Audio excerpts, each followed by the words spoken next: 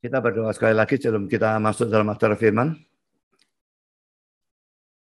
Bapa di surga, terima kasih bahwa dalam kebaktian ini kami kembali mendapatkan kesempatan, kebebasan untuk membaca, untuk mendengar, untuk mempelajari, untuk merenungkan sebagian firman. Kami sekali lagi mohon Engkau hadir, baik di sini maupun di rumah setiap peserta. Dan tolong bimbing arahkan berkati acara firman ini, penyampaiannya maupun penerimaannya. Tolong hamba-Mu dalam menyampaikan, berikan kekuatan, jasmani pikiran, khususnya suara. Berikan kata-kata, berikan pengurapan. Kami titipkan seluruh persiapannya ke dalam tangan Tuhan. Engkau sendiri tambahi, kurangi, ubahkan sehingga tiap kata yang dia ucapkan betul-betul datang dari Tuhan sendiri. Dan bila Engkau lengkapi semuanya dengan kuasa dan pekerjaan Roh-Mu, karena kami sadar tanpa itu semua akan sia-sia. Tolong kami semua sudah mendengar, Tuhan, berikan keterbukaan, berikan kesegaran, berikan konsentrasi dari awal sampai akhir, dan berikan pencerahan sehingga kami bisa mengerti. Dan telah kami mengerti, berikan kami ketundukan dan tolong kami supaya percaya pada kebenaran firman dan memberikan tanggapan yang positif sesuai dengan kehendak-Mu sehingga oleh semuanya Tuhan yang dipermuliakan. Kami sadar dalam setiap firman Injil diberitakan setan pasti ikut bekerja. Saya mohon Kau kuatkan semua kami menghadapi pekerjaan setan dalam bentuk apapun, supaya apapun yang dia lakukan, kiranya firman tetap bisa disampaikan dan diterima dengan sebaik-baiknya. Terima kasih Bapa, dalam nama Yesus kami berdoa. Amin.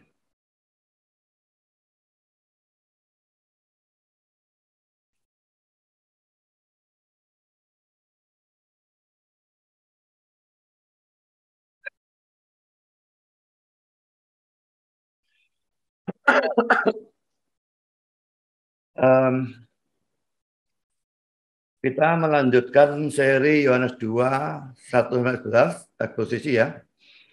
Dan ini adalah session yang ke-9 dan session yang terakhir.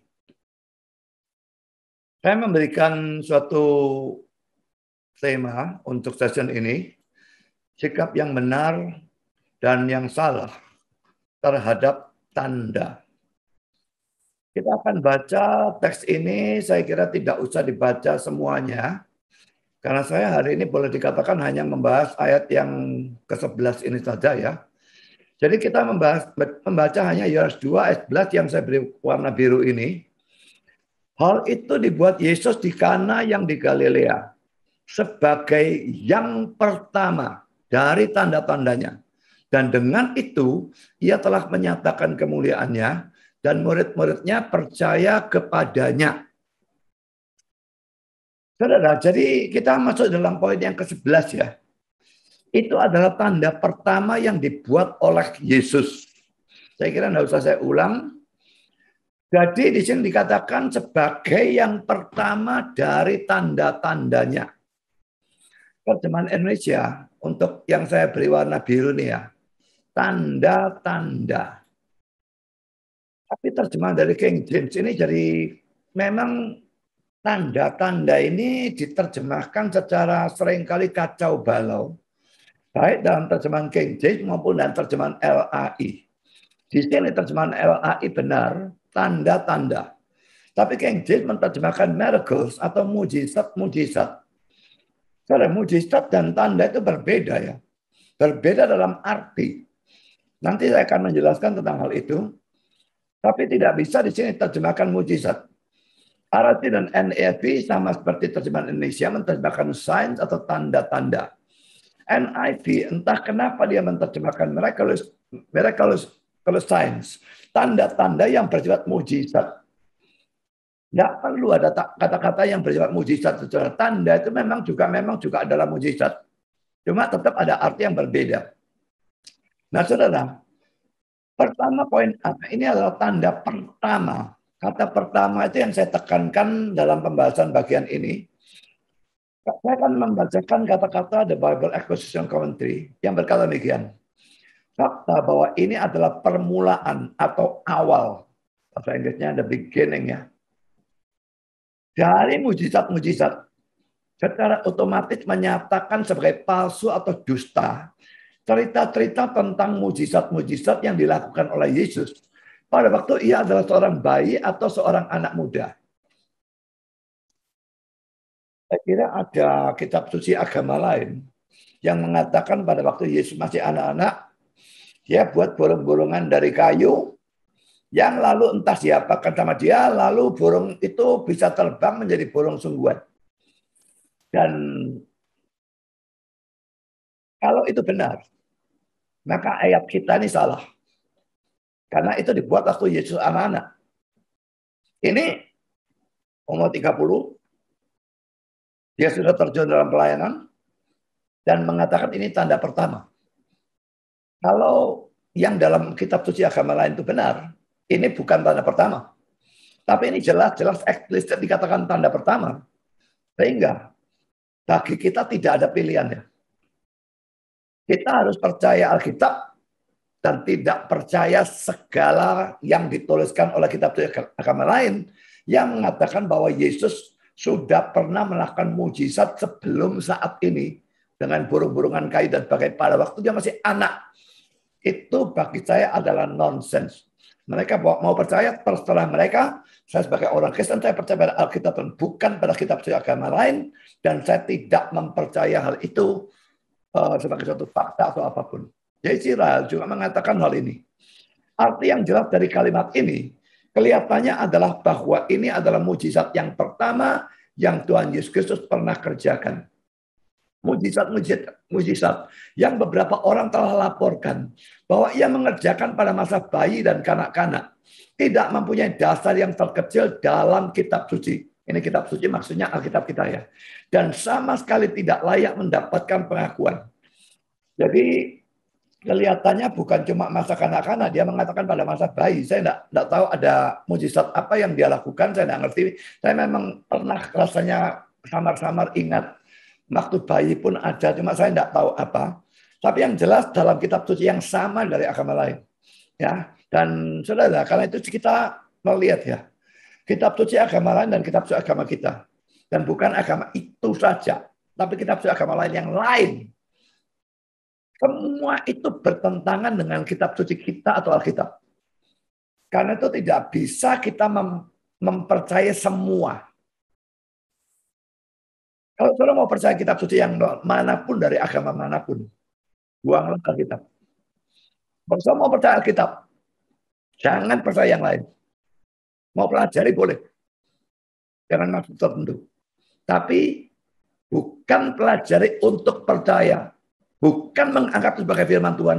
Bukan menganggap itu sebagai kebenaran. Mungkin mau mempelajari untuk menginjili mereka, itu lain. Terserah. Tapi urusan kebenaran, kita yakin kitab suci kita, Alkitab, itu yang benar. Bukan kitab suci agama lain. Karena jelas pertentangannya itu selalu ada. Kan sudah J.C. Ryle lagi mengatakan demikian. Lightfoot mengusulkan 5 alasan berikut ini. Mengapa mujizat yang ada di depan kita sekarang ini secara sengaja dijadikan mujizat yang pertama yang Kristus kerjakan. Satu, karena pernikahan adalah institusi pertama yang ditentukan oleh Allah. Maka di suatu pernikahanlah ada mujizat pertama Kristus. Saya merasakan ini kayaknya tidak bisa diterima secara mutlak ya. Apakah ini cuma cocokmologi atau apapun saya tidak tahu. Ada kemungkinan benar, tetapi rasanya tidak meyakinkan kalau untuk saya. Ya. Dua, sebagaimana Kristus telah menunjukkan dirinya sendiri mampu melakukan mujizat sedikit waktu sebelumnya dengan suatu puasa. Ini juga merasa aneh saya, saudara ya. Karena puasanya Yesus itu bukan mujizat. Kalau puasanya Musa dan Elia, itu mujizat. Mereka tidak makan, tidak minum. Tapi Yesus itu minum. Hanya tidak makan. Lama 40 hari. Dan itu memungkinkan. Katanya sih bisa turun berat badan 25 kilo.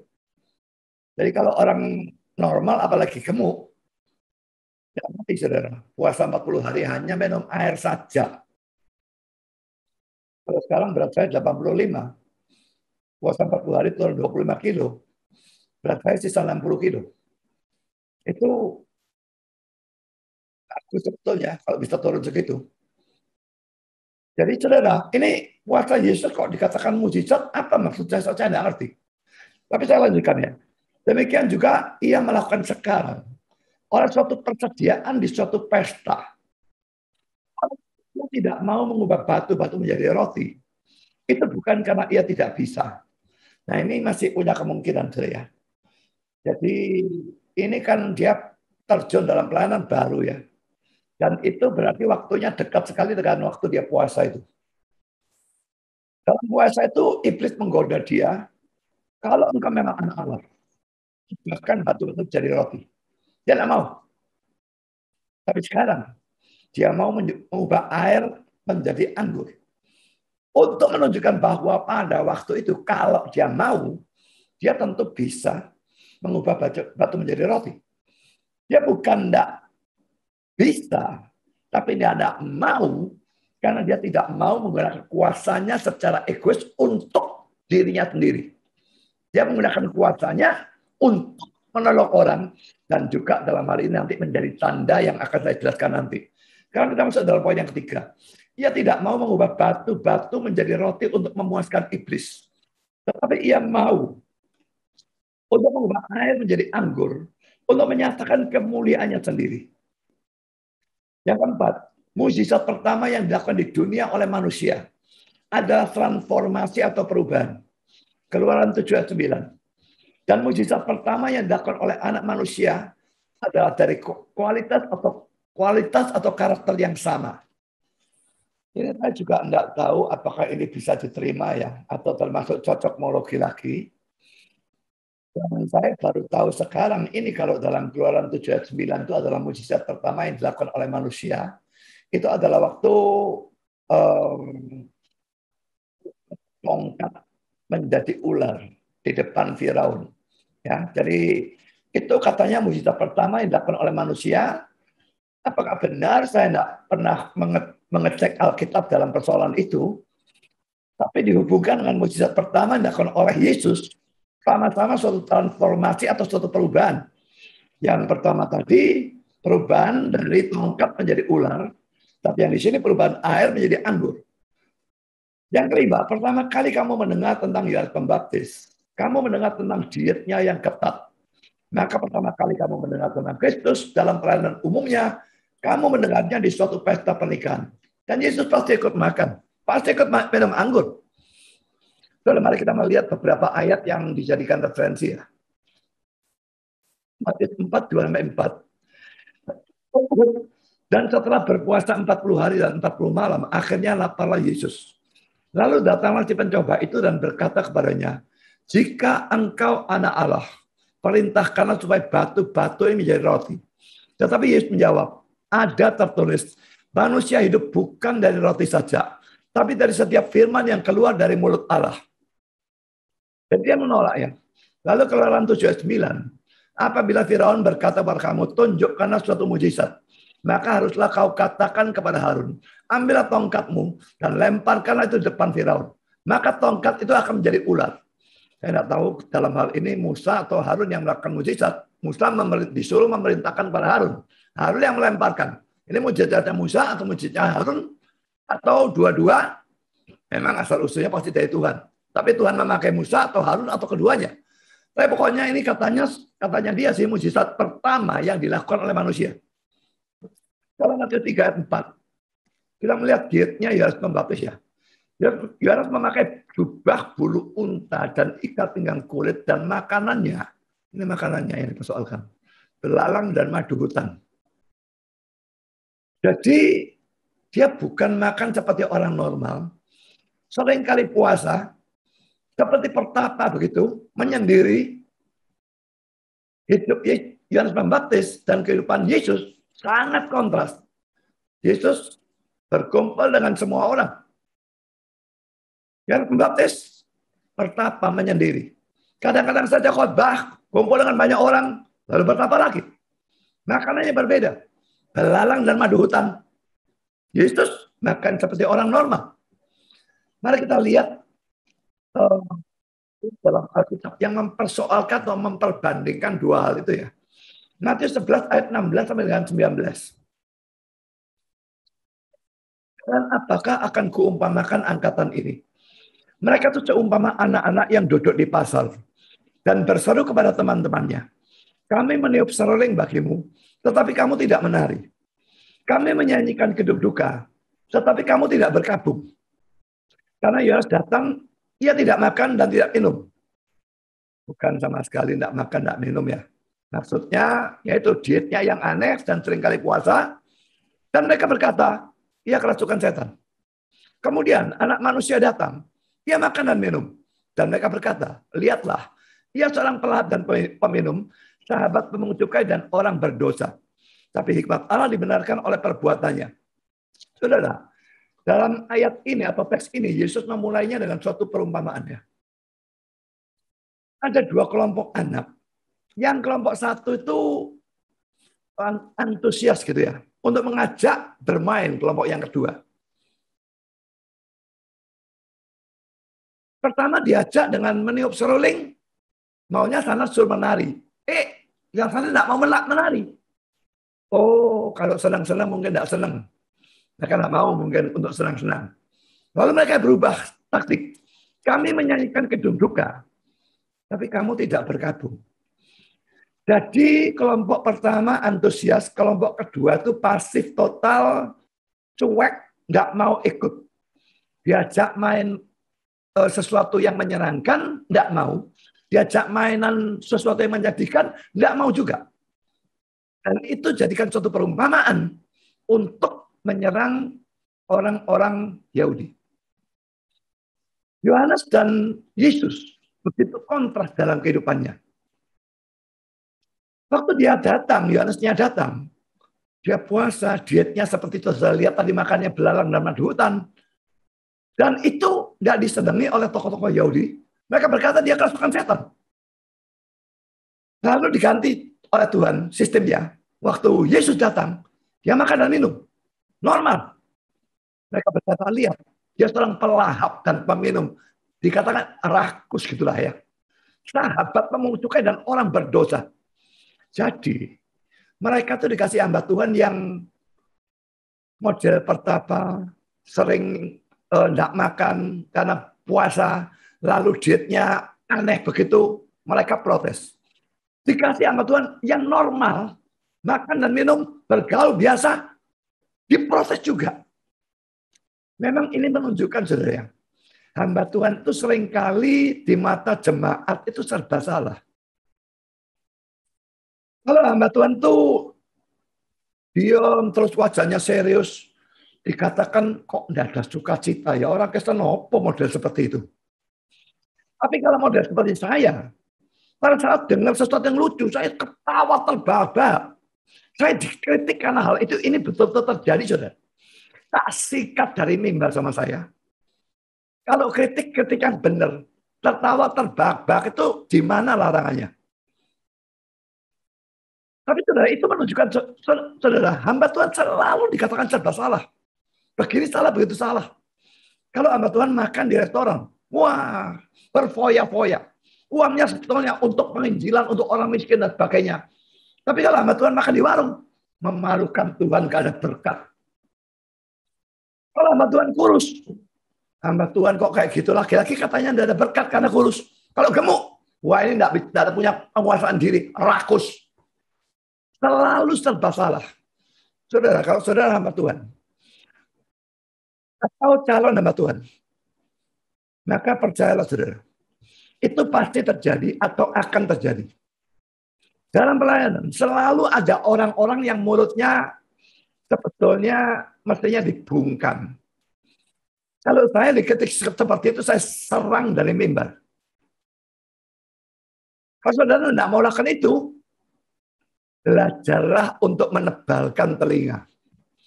Apapun yang saudara lakukan, selalu ada orang-orang yang mengkritik secara kurang ajar dan secara sama sekali tidak masuk akal.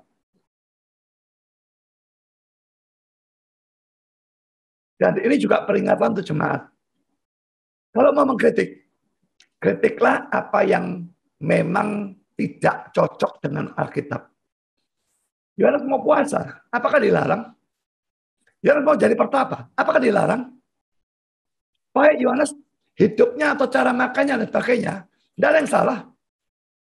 Kalau Yesus, dia kumpul orang, dia makan dan minum, apakah salah? Tidak ada yang salah. Tapi dua-dua diprotes. Kalau saudara mau memprotes sama Tuhan, proteslah karena memang ada sesuatu yang salah. Betul-betul ada ayat dasar.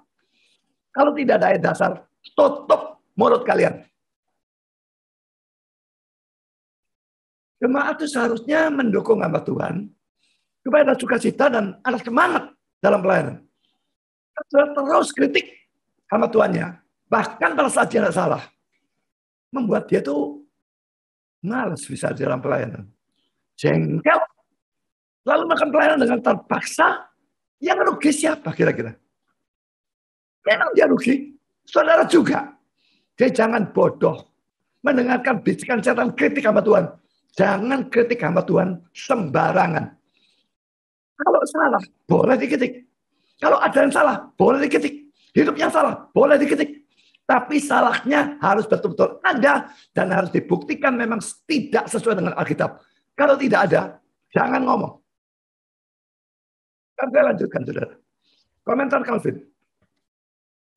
Karena itu merupakan suatu penafsiran yang bodoh dan menggelikan. Yang beberapa orang berikan bahwa ini, mujizat ini ya, dianggap sebagai yang pertama di antara mujizat-mujizat yang Yesus lakukan di Kana yang di Galilea. Seakan-akan suatu tempat dalam mana kita membaca bahwa dia tidak ada di sana lebih dari 2 kali. Telah dipilih olehnya sebagai suatu pertunjukan dari kuasanya. Sebaliknya merupakan rancangan dari Sang Penginjil untuk menandai urut-urutan waktu yang Kristus ikuti dalam penggunaan dari kuasanya. Jadi menurut Calvin ada orang-orang yang menafsirkan, tapi Calvin tidak setuju itu ya. Bahwa ini mujizat yang pertama di Kana yang di Galilea. Bukan dalam arti di semua tempat. Kalau di Kana yang di Galilea itu mujizat pertama. Sama sekali nonsens, saudara. Karena nanti kalau saya membaca Injil Yohanes terus, nanti ada mujizat yang dikatakan kedua. Ini pertama, itu kedua. Jelas ini termasuk semua tempat. Bukan hanya di Kana di Galilea ini yang pertama. Tidak seperti itu. Sekarang saya lanjutkan lagi kata-kata Calvin. Karena sampai ia berumur 30 tahun, ia menahan dirinya sendiri, tersembunyi di rumah. Bukan betapa saja. Tapi dia memang di rumah.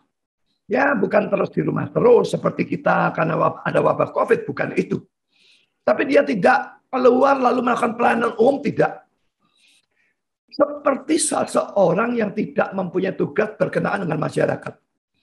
Setelah dikuduskan pada baptisannya untuk melaksanakan tugasnya, ia lalu mulai muncul di depan umum. Dan untuk menunjukkan dengan bukti-bukti yang jelas untuk tujuan apa ia diutus oleh Bapa. Karena itu, kita tidak perlu heran jika ia menunda sampai saat ini bukti pertama dari keilahiannya. Memang saya pernah mendengar atau membaca ya. Kok di sana itu kalau umur 30 baru boleh memberitakan firman. Kalau belum 30 enggak boleh. Ada yang pernah mengatakan seperti itu, enggak tahu benar atau enggak. Karena kalau di dalam Alkitab saya tidak melihat itu batasannya. Tapi mungkin itu tradisinya saya tidak tahu. Kalau memang tradisi itu benar, maka Yesus mengikuti tradisi itu tunggu sampai umur 30 tahun. Jadi dia menahan diri tersembunyi di rumah seperti tidak punya tugas. Tapi setelah ada baptisan dan sebagainya, dia mulai melaksanakan tugas dan dia lalu muncul di depan umum dan dia akan melakukan mujizat yang pertama. Karena itu tidak perlu heran. Mengapa 30 tahun kok dia tidak pernah lakukan mujizat itu? Kok baru sekarang? Kenapa dari dulu? Dia punya alasannya sendiri. Tuhan punya waktunya sendiri. Karena saudara Calvin mengatakan lagi demikian. Itu merupakan suatu kehormatan yang tinggi yang diberikan pada pernikahan. Bahwa Kristus bukan hanya merendahkan diri untuk hadir pada suatu pesta makan berkenaan dengan suatu pernikahan. Tapi menghormati pernikahan itu dengan mujizat pertamanya. Di sana ada beberapa kanon. Kanon itu di sini maksudnya kumpulan peraturan, ya, kanon kuno yang melarang pemimpin-pemimpin agama atau pastor untuk menghadiri suatu pernikahan. Jadi ini dalam kalangan Katolik, saudara ya. Alasan dari larangan itu adalah bahwa dengan menjadi penonton dari kejahatan yang biasanya dipraktekkan pada peristiwa seperti itu, mereka dalam takaran tertentu bisa dianggap sebagai menyetujuinya. Sebetulnya kalau yang warna biru ini ada benarnya, saudara. Kalau memang dalam pernikahan itu ada kejahatan, maka memang kalau saya tidak mau hadir. Misalnya ada pernikahan Kristen dan non-Kristen. Saya diundang. Saya tidak datang, saudara. Jelas-jelas itu kejahatan. Itu menentang firman. Saudara kalau mau hadir, berarti saudara merestui. Jadi kalau itu pernikahan beda iman, jangan datang. Menunjukkan saudara tidak setuju itu. Saudara hadir, berarti saudara merestui. Jadi ada masuk akalnya. Cuma yang dalam Katolik ini lain yang dimaksudkan dengan kejahatan itu. Saya lanjutkan, saudara. Nah, kalau tidak setuju dengan hal ini, dia berkata, tetapi adalah jauh lebih baik membawa ke tempat-tempat seperti itu banyak keseriusan atau kewibawaan. Sehingga mengekang tidak adanya pengekangan moral dalam mana orang-orang yang tidak punya prinsip-prinsip moral dan tidak mengekang diri memuaskan nafsu. Pada waktu mereka tidak dilihat oleh orang-orang lain. Jadi saya tidak ngerti dalam abad pertengahan itu, zamannya Calvin itu, zaman reformasi dan sebagainya, apa kejahatannya? Apakah mereka mabuk-mabukan atau apapun, saya tidak ngerti. Nah, rupa-rupanya itu yang terjadi. Pokoknya dalam pesta pernikahan, terjadi banyak hal yang menentang firman. Lalu Gereja Katolik melarang. Dalam kanon itu ada suatu peraturan, melarang pemimpin agama, pastor, menghadiri. Karena kalau menghadiri, berarti merestui. Tapi Calvin berkata, jauh lebih baik hadir ke tempat-tempat seperti itu. Karena begitu, membawa begitu banyak keseriusan atau kewibawaan. Datang dengan serius, dengan wibawa, untuk membuat orang-orang itu takut melakukan kejahatan itu. Kalau seperti tadi yang saya contohkan, pernikahan beda agama, tidak bisa, saudara. Kita mau serius, mau wibawa, mau gimana, mereka mau batalkan, tidak mungkin.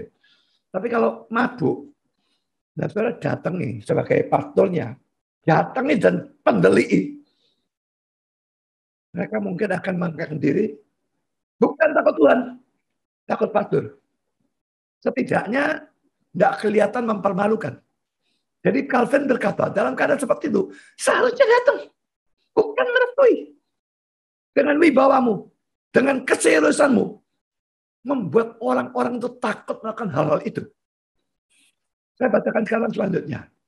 Marilah kita sebaliknya mengambil teladan Kristus sebagai peraturan kita. Dan janganlah kita menganggap bahwa apapun yang berbeda dengan apa yang kita baca, ia lakukan, bisa bermanfaat bagi kita. Jadi kita membaca apa yang dia lakukan. Dia datang dalam pernikahan. Nah, apapun yang berbeda dengan itu, lalu bisa bermanfaat. Jangan kita menganggap seperti itu. Jadi kecuali lagi, saya katakan kalau pernikahan beda iman dan sebagainya. Tentu saja kalau saya melihat ada pernikahan beda iman, kalau itu dalam gereja, saya akan melarang. Sebelum terjadi, saya akan melarang. Dan saya akan berikan nasihat orang itu. Tapi kalau orang itu bukan jemaat saya hak saya itu apa? Memang kalau saya kenal, saya tetap akan katakan, kamu menikah beda iman itu salah. Tapi kalau dia tetap lakukan, dia undang saya tidak tahu. Dan mungkin akan saya beritahu dia. Saya tidak datang menunjukkan saya tidak merestui, tidak setuju tindakan menikah beda iman. Tapi kalau kejahatannya terjadi di dalam pernikahan seperti itu, kadang-kadang kan jangankan pesta pernikahan ya. Pesta ulang tahun zaman sekarang sudah zaman berapa puluh tahun yang lalu. Pesta ulang tahun, anak yang ulang tahun 17 tahun. Banyak permainan-permainan yang berbau seksual. Ya, saya ini mikir waktu itu. Saya melihat sendiri, saudara. Jemaat ulang tahun nomor 17. Pesta ulang tahun. Di satu tempat. Lalu ada, ya, apa sih pemimpinnya, saya tidak tahu apa. Panggil orang, panggil satu cewek, panggil satu cowok. Dan di atas panggung itu, permainan yang dilakukan itu berbau porno. Saya pikir ini kalau saya punya anak perempuan dibeginikan, tak wamuk, tak labrak sama saya. Tapi orang-orang itu biasanya menganggap cuma permainan. Dan kalaupun mereka sebetulnya tidak senang, mereka sungkan. Lalu biarkan dirinya dipermalukan di depan umum dengan suatu permainan yang berbau seksual di atas mimbar. Misalnya dikasih pelembungan, saudara ya. Tuan kecil, laki perempuan, suruh taruh di dahi mereka sini ya. Jadi pelembungan di antara kedua dahi. Lalu suruh turunkan pelan-pelan. Nah ini laki dan perempuan bukan dua orang yang pacaran, saudara. Mau mereka berdekat demikian rupa nanti bergeseran dan sebagainya untuk bisa menurunkan pembungan itu. Ini satu tindakan yang sama sekali tidak bermoral menurut saya. Dan yang laki tidak masalah. Pakaian perempuan itu buruk sekali. Tapi itu terjadi. Jadi hati-hati kalau saudara punya anak dan ikut pesta ulang tahun. Berikan wejangan-wejangan. Jangan takut menentang kalau itu memang mempermalukan kamu. Kalau itu berbau seksual seperti itu, tolak, tolong, bentak kalau perlu pemimpinnya. Kenapa sungkan? Harus ada orang yang cukup vokal melawan hal-hal model semacam demikian. Dan kalau saudara punya anak pesta ulang tahun, berikan pemimpinnya petunjuk.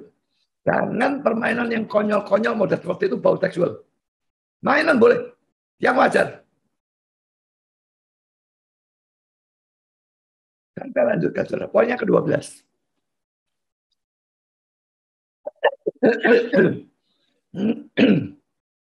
Beda tanda dengan mujizat. Kita melihat dalam ayat 11, saudara ya. Hal itu dibuat Yesus di Kana yang di Galilea sebagai yang pertama dari tanda-tanda. Jadi saya tadi sudah katakan ya, yang benar itu terjemahan tanda. King James kenapa terjemahkan mujizat? Saya tidak mengerti. Tapi kenapa seperti ini? Saya juga tidak mengerti. Yang benar ini, signs atau tanda-tanda. Kan saudara, apa sebetulnya arti dari tanda? Bible Knowledge Commentary. Tanda itu menunjuk kepada Yesus sebagai firman dalam daging. Yang adalah pencipta yang berkuasa. Saudara, kalau mujizat yang mujizat titik. Tidak menunjuk apapun kepada orang yang melakukan mujizat. Tapi kalau tanda, dia memang punya tujuan khusus. Memang itu suatu mujizat. Tetapi lebih dari itu dalam hal artinya atau maksudnya. Tanda itu menunjuk kepada yang melakukan tanda itu. Dalam hal ini, Yesus ditunjukkan oleh firman dalam daging yang adalah pencipta yang berkuasa. Berarti tanda itu menunjukkan Yesus sebagai Allah sendiri. Saudara membaca dalam teks ini, Yesus mengubah air menjadi anggur dan dikatakan sebagai tanda menunjukkan itu adalah Allah sendiri, Yesusnya. Bagaimana sikap saudara terhadap teks ini? Dengan membaca Yohanes 2 ini, saudara percaya Yesus adalah Allah? Kalau tidak, saudara berdosa. Karena tanda itu dimaksudkan menunjukkan dia sebagai Allah. Saya lanjutkan dengan kata-kata penafsir yang lain. The Bible Exposition Commentary. Kata yang digunakan oleh Yohanes dalam kitabnya bukanlah dunamis, kan kuasa, tetapi semeion yang berarti suatu tanda. Apakah tanda itu? Definisinya ya. Apakah tanda itu? Sesuatu yang menunjuk melampaui dia sendiri kepada sesuatu yang lebih besar. Tidak cukup bagi orang-orang untuk percaya pada pekerjaan-pekerjaan Yesus. Mereka harus percaya kepadanya dan kepada Bapa yang mengutus dia. Dan tanda itu menuntut orang-orang yang melihat tanda percaya kepada orang yang membuat tanda. Percaya bahwa dia diutus Bapa, percaya kepada dia, betul-betul percaya kepada dia sebagai Allah, percaya dia sebagai utusan Bapa. Tidak ada yang kontradiksi, saudara. Mengatakan bahwa Yesus Allah, tapi Yesus diutus oleh Bapa. Biasanya orang-orang Islam mengatakan, dia utusan kok.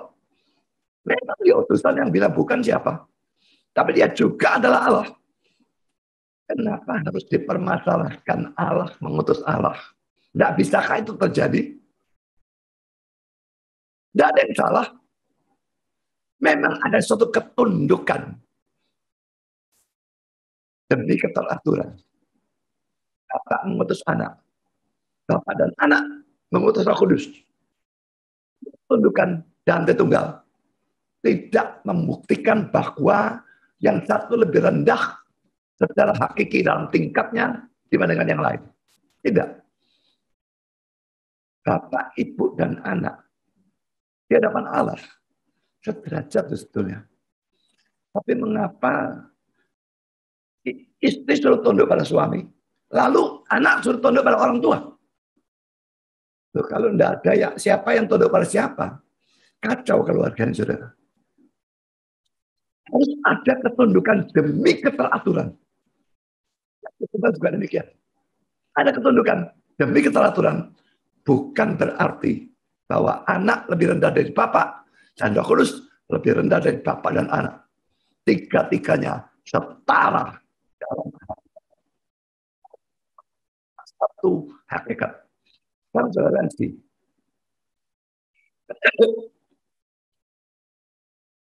Untuk menunjuk atau menyebutkan tindakan-tindakan ini, Yohanes menggunakan semeia. Jadi kata semaino menyatakan dengan suatu sema, ya, tanda-tanda, tindakan-tindakan yang menyatakan sesuatu.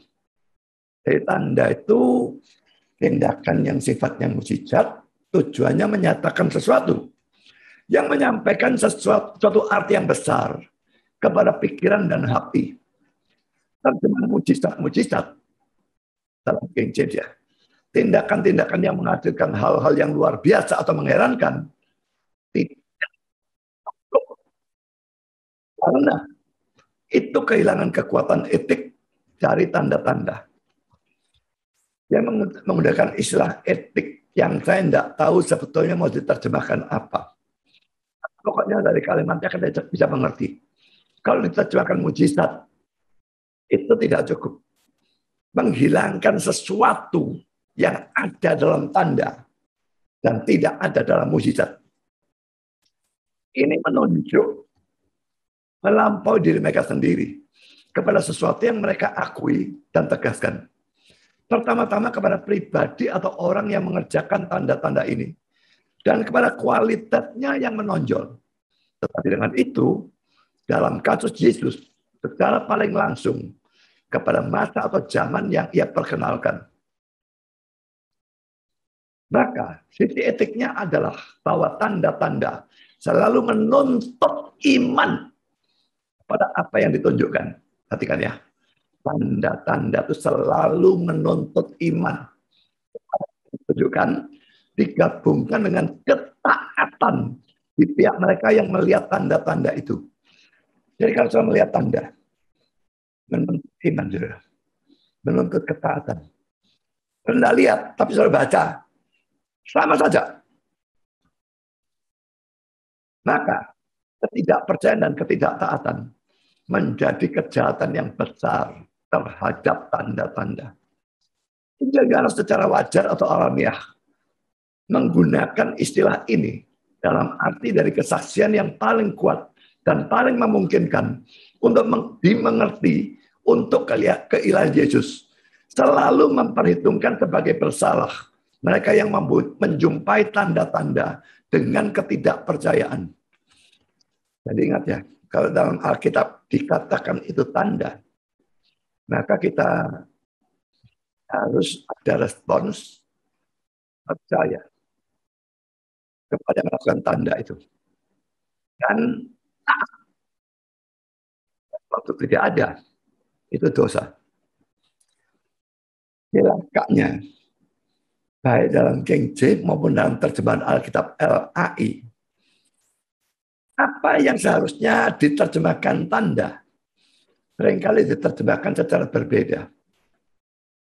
Sehingga dalam hal ini, selalu mesti banding-bandingkan terjemahan-terjemahan. Kalau tidak, kalau perlu, melihat bahasa Yunani-nya. Semeion, itu tanda. Terus, mujizat-mujizat dari Injil keempat, selalu disebut tanda-tanda. Dan di tempat lain dalam perjanjian baru, kata mujizat atau hal yang luar biasa secara konstan dihubungkan dengan kata untuk tanda.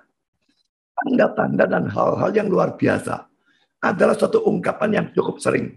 Seakan-akan mengajar kita bahwa mujizat-mujizat tidak diceritakan semata-mata untuk kapasitas mereka untuk menimbulkan keheranan dalam diri para pendengar dan pembaca, tapi juga karena apa yang mereka maksudkan.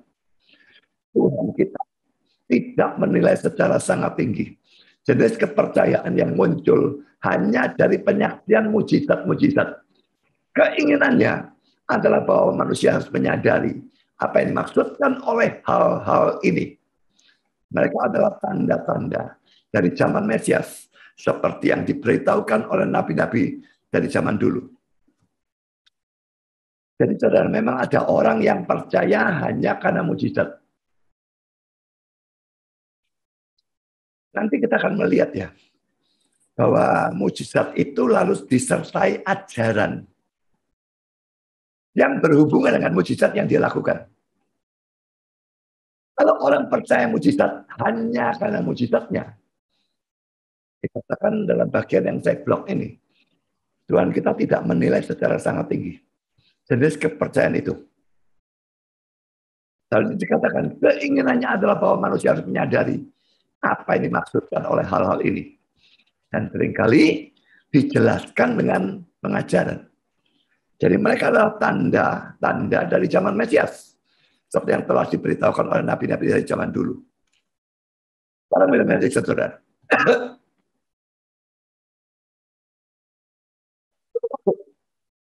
Dalam urut-urutan waktu, ini adalah tanda atau semeion pertama. Istilah ini digunakan lebih sering oleh Yohanes daripada oleh penulis-penulis Injil yang lain. Itu menunjukkan suatu mujizat yang dipandang sebagai suatu bukti tentang otoritas dan keagungan ilahi. Jadi, itu membimbing perhatian dari para penonton dari tindakan itu sendiri kepada pelaku ilahinya.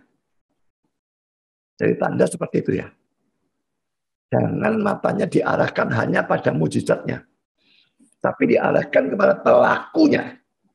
Dan di sini pelaku ilahi. Juga sering tanda itu suatu pekerjaan dari kuasa dalam dunia fisik, mengilustrasikan atau menjelaskan suatu prinsip yang bekerja dalam dunia rohani, yang terjadi dalam ruang lingkup dari ciptaan, menunjuk jauh dari dia sendiri pada ruang lingkup dari penebusan. Jadi diberikan contoh saudara di bawah ini, yang warna hitam ini ya. Karena itu pelipat gandaan dari roti yang dia beri makan 5.000 orang. Suatu tanda. Yohanes 6, 14, 26, 30. Menancapkan perhatian kepada Kristus sebagai roti hidup.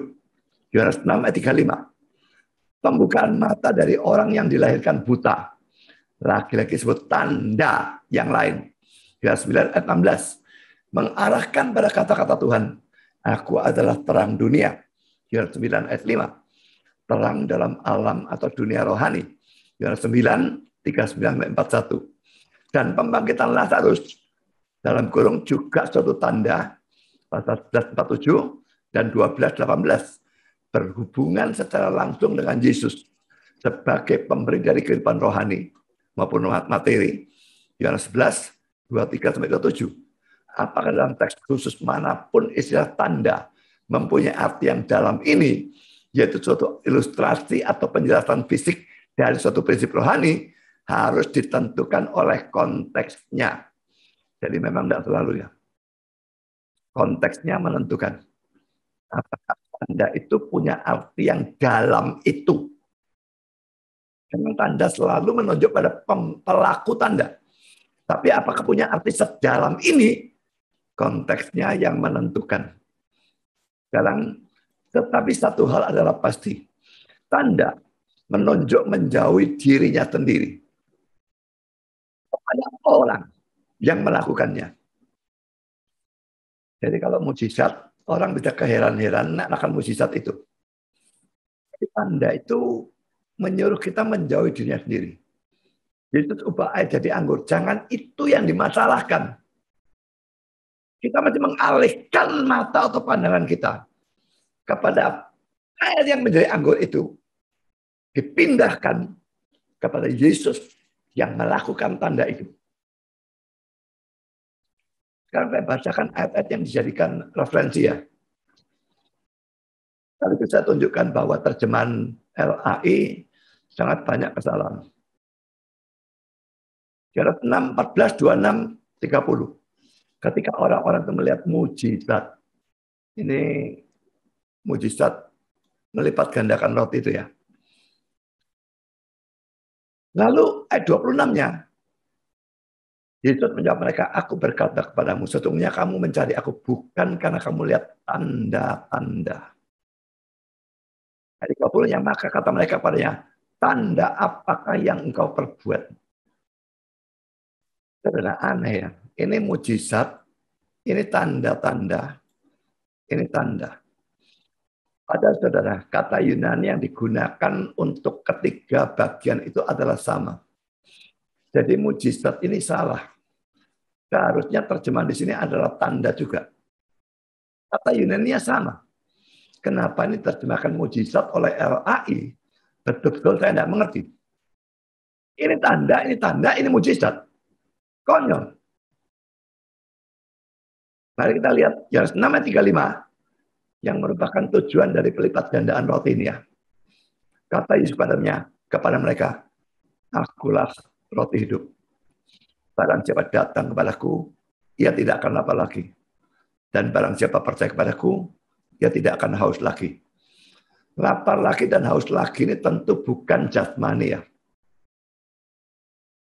Kalau orang makan makanan jasmani, seenak apapun, sebanyak apapun, dia akan lapar lagi.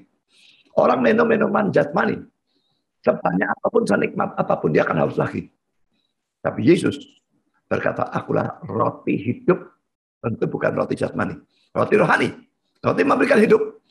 Barang siapa datang kepadaku, dia akan mendapatkan kepuasan.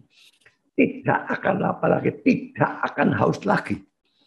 Yesus betul-betul makanan yang sejati secara rohani. Kita makan dia dalam arti kita percaya kepada dia. Maka kita akan dapat kepuasan. Bukan seperti kepuasan jasmani yang cuma sebentar lalu hilang dan butuh dipuaskan lagi. Tapi kepuasan orang yang percaya pada Yesus itu selama-lamanya. Kalau introspeksi ya, bisa sendiri. Dan lalu cari kesenangan, piknik, pergi mall, belanja, makan, kumpul banyak orang, pesta, dan macam-macam hal. Demi menyenangkan hati. Tapi begitu pulang, hilang lagi. Maka saudara cuma mendapatkan kepuasan jasmani karena hal-hal jasmani. Mungkin orang yang belum pernah datang kepada Yesus sebagai roti hidup. Percaya pada dia. Karena kalau sudah percaya pada dia, maka saudara akan mengalami kepuasan yang sungguh-sungguh dan bersifat kekal. Datang pada Yesus, percaya dia. Yohanes 9 ayat 5 dan 16. Selama aku dalam dunia, akulah terang dunia. Jadi ini dia mencelikkan mata orang buta. Lalu, akulah terang dunia. Bagian ini bagaimanakah seorang berdosa dapat melakukan mujizat. Lagi-lagi terjemahnya salah, saudara. Mestinya tanda. Jadi saya katakan LA ini terjemahnya banyak sekali yang kacau dalam persoalan ini. Kata Yunaninya sama dengan yang tadi terjemahkan tanda, yang di sini terjemahkan mujizat lagi. Lalu yang 9:39 sampai dengan 41, kata Yesus, aku datang dalam dunia untuk menghakimi.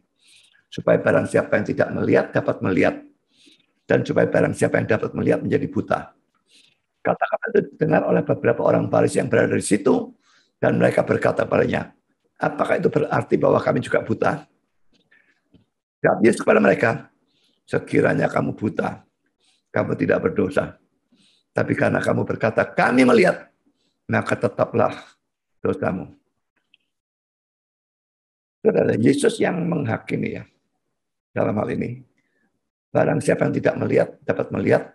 Dan barang siapa dapat melihat, menjadi buta. Dan orang-orang Farisi itu menyangka mereka melihat. Mereka tidak buta. Itu sangkaan mereka. Jadi mereka tersinggung. Lalu mereka bertanya, apakah itu berarti kami juga buta? Jawab Yesus, sekiranya kamu buta. Tapi karena kamu berkata, kami melihat.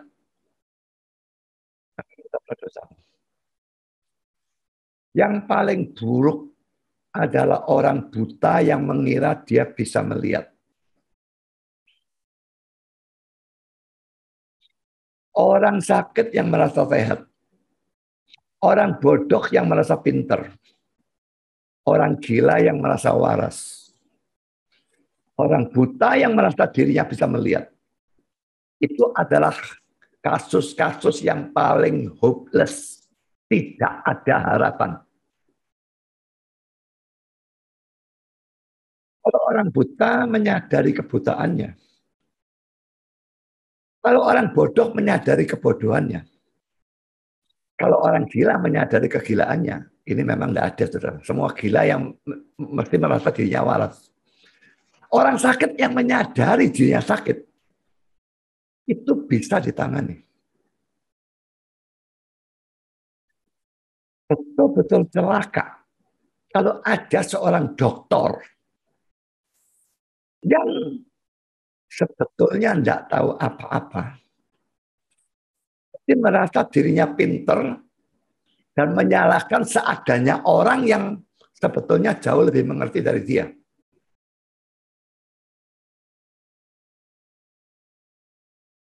Yang seperti itu, saudara. Kasus yang tidak bisa dibetulkan.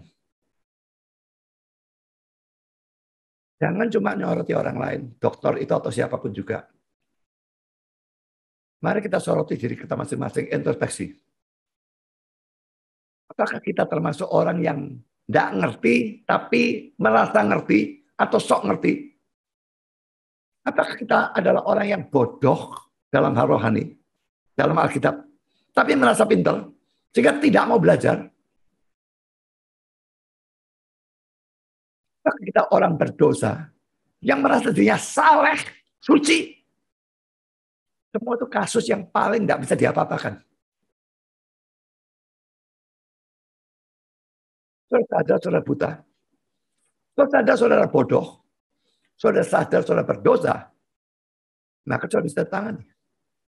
Tapi kita sadar, oh aku butuh Kristus. Jelekan mataku yang buta. Berikan pengertian. Berikan pencerahan jika aku mengerti firman. Dan jadi juru selamat penebusku. Sehingga dosaku diampuni. Kalau sadar, bisa dibetulin, saudara. Introspeksi. Sadarilah, saudara itu apa dan bagaimana. Saudara, Yohanes 11. Ini setelah dia bangkitkan Lazarus ya.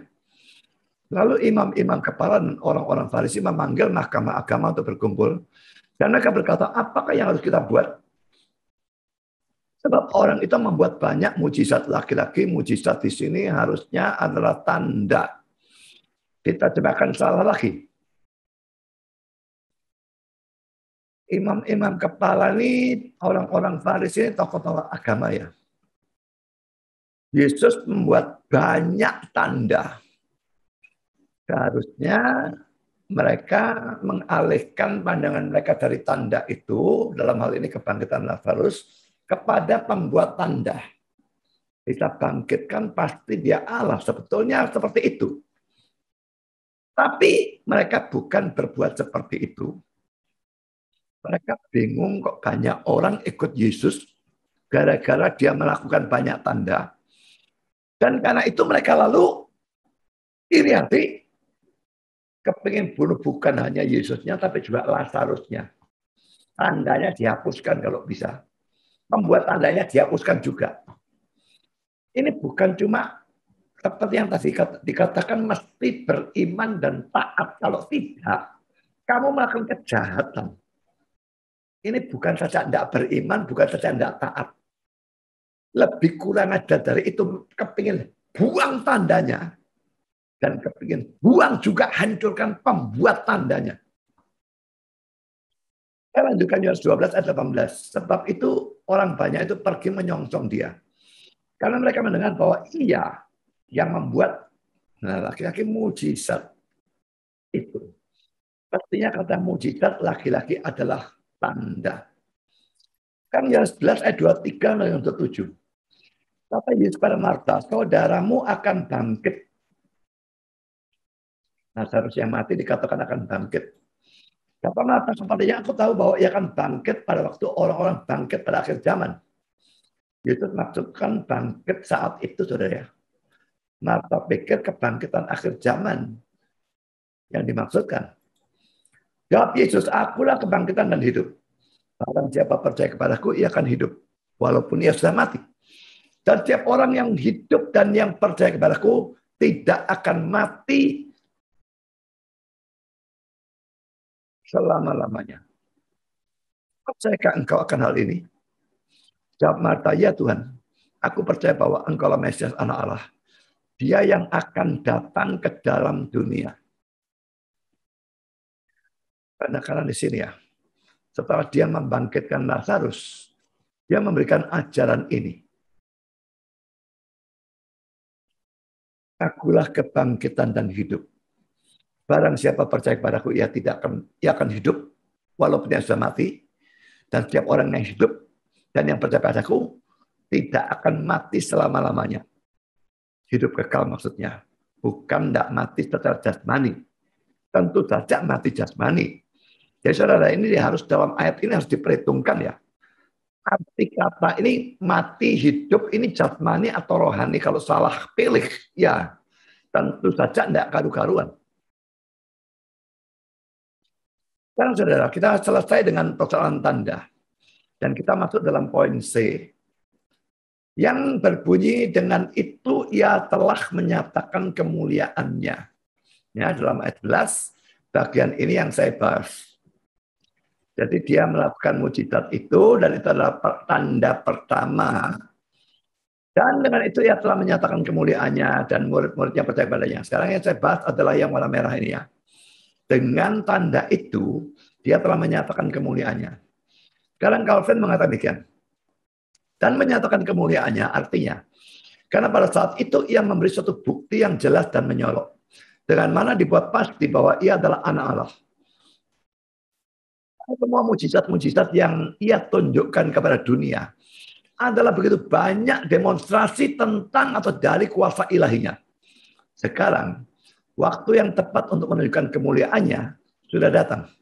Pada waktu ia ingin untuk menyatakan dia sendiri sesuai dengan perintah dari Bapa. Saudara, kan waktu dia diberitahu oleh Maria mereka kehabisan anggur kemarin itu sudah saya ya beberapa session yang lalu ya. Sudah saya tafsirkan, Yesus bilang waktuku belum tiba. Jelas Maria bukan cuma minta dia menolong dalam urusan anggur yang habis. Menyuruh melakukan mujizat. Bukan hanya itu. Tapi menyatakan dia sebagai Mesias. Yesus bilang, belum waktunya. Bukan dalam arti membuat air jadi anggur atau menolong mereka. Bukan. Tapi menyatakan dia sebagai Mesias, belum waktunya. Loh, tapi sekarang waktu dia membuat air jadi anggur. Itu menyatakan kemuliaannya. Tapi ingat, kan bukan pernyataan dia. Akulah Mesias, tidak. Tanda itu yang menunjukkan. Lain cerita. Jadi sekarang waktu yang tepat menunjukkan kemuliaannya sudah datang. Pada waktu ia ingin untuk menyatakan dia sendiri sesuai dengan perintah dari Bapa. Jadi, kita juga belajar tentang tujuan dari mujizat-mujizat. Karena ungkapan ini sama artinya dengan suatu pernyataan. Bahwa Kristus untuk menyatakan kemuliaannya, melakukan mujizat ini. Lalu apa yang seharusnya kita pikirkan tentang mujizat-mujizat itu yang mengaburkan kemuliaan Kristus? Mujizat atau tanda yang satu ini tadi dikatakan secara eksplisit. Ini menyatakan kemuliaannya. Dan itulah seharusnya fungsi dari mujizat atau tanda. Tapi Calvin di sini mengatakan, lalu apa yang seharusnya kita pikirkan tentang mujizat-mujizat itu yang mengaburkan kemuliaan Kristus? Saya tebak ya, Calvin itu memaksudkan poin satu ini. Jadi ini adalah contoh pada abad pertengahan. Mujizat-mujizat yang bukannya memuliakan Kristus, tapi mengaburkan kemuliaan Kristus. Pertama adalah tentang Maria. Dan nanti kedua tentang Lelix. Tentang Maria ini sangat banyak ya. Mereka akui sebagai mujizat-mujizat tidak karu-karuan. Saya tidak tahu peristiwa itu terjadinya setelah zaman Calvin atau sebelum zaman Calvin, tapi orang-orang Katolik percaya banyak mujizat tentang Maria, menambahkan diri kepada seseorang, lalu mengatakan akulah perawan yang tidak bercela. Itu mereka wah bangga-banggakan. Lalu ada yang patungnya Maria, tahu-tahu bisa menangis dan menangisnya air matanya darah. Mereka percaya itu mujizat. Apakah mujizat seperti ini kalau memang itu mujizat? Memuliakan Kristus atau tidak? Sudah pasti tidak. Ini memuliakan Maria. Kalau memuliakan Maria, berarti mengaburkan kemuliaan Kristus. Tidak bisa tidak. Pada waktu ada dua orang, tidak betul itu mamanya sendiri. Kalau dua orang ini, yang satu ini yang dimuliakan. Yang satu dikabulkan. Karena orang akan melihat ke sana, bukan ke sini. Kalau Maria ditinggikan, Kristusnya direndahkan. Kalau Maria dimuliakan, Kristusnya dikaburkan. Saya tidak percaya sama sekali semua mujizat tentang Maria. Ada dua kemungkinan selalu itu kalau terjadi mujizat. Betul-betul terjadi. Ada dua kemungkinan. Pertama, bohong. Kedua, memang terjadi. Tapi dari setan. Jangan pikir semua mujizat, kalau betul-betul mujizat, itu mesti dari Tuhan. Kesembuhan-kesembuhan, kalau ada yang benar, padahal pendetanya mengajarkan ajaran-ajaran yang jelas-jelas sesat. Tidak ada kemungkinan dia nabi asli, maka tidak ada kemungkinan mujizatnya asli. Kalau tidak asli, itu dari setan. Nah, zaman sekarang, banyak yang tipuan. Nanti kita bahas dalam poin yang kedua. Jadi kalau mujizat Maria itu, apakah dia itu kelihatan lalu menyatakan dia sebagai perawan tidak bercela, atau menangis darah, atau apapun yang lain. Kemungkinannya atau bohong, atau setan yang memberikan mujizat itu. Karena kata-kata akulah perawan yang tidak bercela itu sesuatu yang tidak alkitabiah. Tidak ada kemungkinan Tuhan memberikan mujizat yang tidak alkitabiah. Jadi kalau ada orang mengaku mengalami mujizat, tanya secara mendetail apa yang terjadi, ceritakan mendetail. Lihat ada bagian yang bertentangan dengan Alkitab, ya atau tidak. Nah, kembali kepada mujizat abad pertengahan tentang Maria, itu banyak. Juga tentang reliks. Reliks ini peninggalan dari orang-orang kuno, Santa, Santo, dan sebagainya. Bisa dari Yohanes Pembaptis. Yohanes Pembaptis itu reliksnya berbentuk kepalanya dia.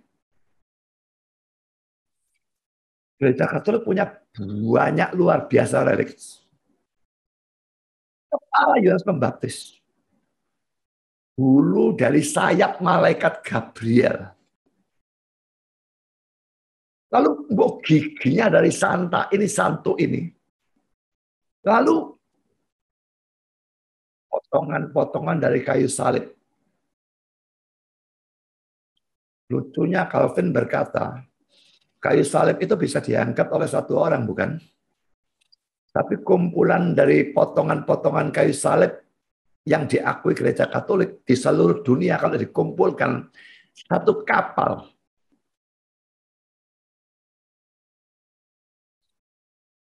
Lalu saya pernah tahu Katolik itu juga punya reliks berupa darah dari seorang santo, saya lupa namanya dia siapa. Dan setiap tahun sekali katanya darah itu mencair. Kan darah beku lah. Tapi setahun sekali mencair, lalu mereka adakan acara arak-arakan. Yang ditinggikan siapa, saudara? Santo itu. Kristusnya dikaburkan kemuliaannya. Nah, sekarang saudara, jangan pikir itu terjadi hanya pada zaman dulu atau dalam kalangan Katolik saja, tidak. Kalangan karismatik ini banyak sekali ya. Acara yang palsu. Bagi saya itu bukan mempermuliakan Kristus, itu mempermalukan Kristus. Orang kafir kalau lihat ya, dia masuk gereja lalu semua ya tidak karu-karu semua seperti itu. Mereka akan pikir orang Kristen gila semua. Bagi saya itu memalukan. Memang itu bukan sesuatu yang sesat bagaimana. Tapi praktek penipuan menurut saya. Dan memalukan seluruh kekristenan. Dan mempermalukan Kristusnya sendiri. Dan saya berharap orang-orang bisa bertobat dari bahasa roh palsu itu. Konyolnya, gobloknya setengah mati. Juga nubuat palsu. Waduh, dimasukkan Facebook, dimasukkan YouTube. Penting COVID-19. Diam, tenanglah. Itu tahun lebih yang lalu. Gak tambah tenang, tambah tidak karu-karuan. COVID-19 ya.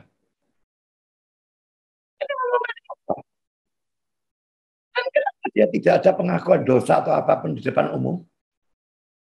Yang harusnya dia lakukan. Memuliakan Kristus. Mujizat-mujizat palsu. Ada yang palsunya tipuan. Orang tidak lumpuh, naik kursi roda. Diangkat dengan kursi rodanya ke atas panggung. Tumpang kita doakan, lalu dia berdiri. Ini pernah diceritakan oleh seorang wartawan kepada saya. Dia melihat sendiri dengan matanya. Matanya sendiri. Orang itu dari awal tidak lumpuh. Dia lihat sendiri. Pura-pura lumpuh. Naik tanggung. Doakan. Wah, lalu berdiri dan dinyatakan sembuh secara mujizat. Mujizat-mujizat palsu ini apa berupa penipuan atau palsu tapi sungguh-sungguh terjadi, tapi mujizatnya dari setan, ini pasti tidak bakal memuliakan Kristus. Itu adalah hati-hati dengan mujizat-mujizat yang mengaburkan kemuliaan Kristus. Kalau mujizat-mujizat mengaburkan kemuliaan Kristus, itu kita harus kecam, kita harus cela, kita harus hindari.